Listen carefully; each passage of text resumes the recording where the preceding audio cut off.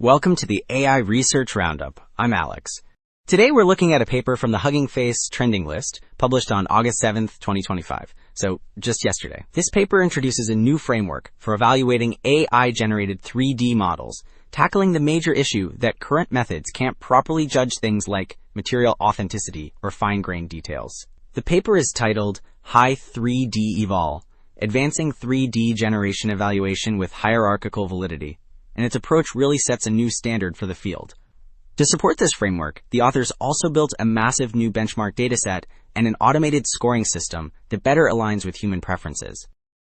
Alright, so this figure gives us a great overview of the whole Hi3DEval framework. It all starts with data curation, taking a 3D model and creating different views.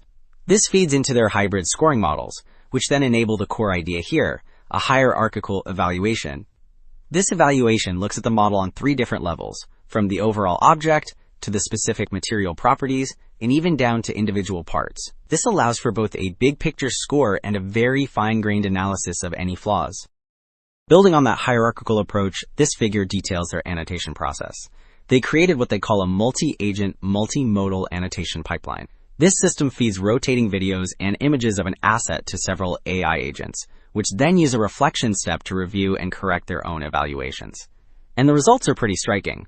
The graph on the right shows the L1 loss, which is a measure of error. A lower score is better. You can see their pipeline's ratings align much more closely with human judgments compared to using just a single AI agent. So this figure shows the video-based scoring pipeline itself, which has two main stages. The first stage uses what's called contrastive learning. It essentially teaches the model to match a video of an object, like the teddy bear, with its text prompt by comparing different renderings. Then, in the second stage, the system uses supervised learning. Here, it takes those human-aligned scores we just discussed and trains a specialized prediction head to actually output the final quality scores for things like texture and alignment. Complementing that video model, this next figure shows the 3D-based scoring pipeline, which is designed for that fine-grained, part-level analysis. It's built on a model called part field, which automatically identifies and segments the different components of an object.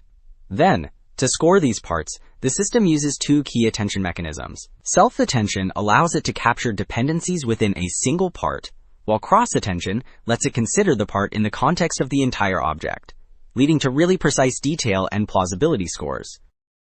Okay, so let's look at the results. This table shows a direct comparison of their scoring system against several existing metrics. The numbers here represent pairwise rating alignment, which basically measures how often the automated score agrees with a human's preference between two generated objects. The key takeaway is in the bottom row. Their model, labeled ours, consistently outperforms all the others by a significant margin. This holds true across all the different quality dimensions, like geometry plausibility and texture quality, for both text to 3D and image to 3D generation. This table then drills down to the material level evaluation, looking at specific qualities like details and complexity, colorfulness and saturation, and overall material plausibility.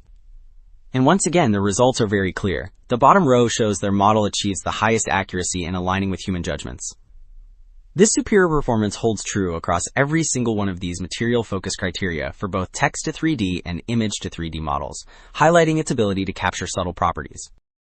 So, to wrap things up, Hi3DEval represents a major step forward for 3D evaluation. By combining that deep, hierarchical analysis with an automated scoring system that aligns remarkably well with human judgment, it offers a robust way to assess the next generation of 3D models. That's it for this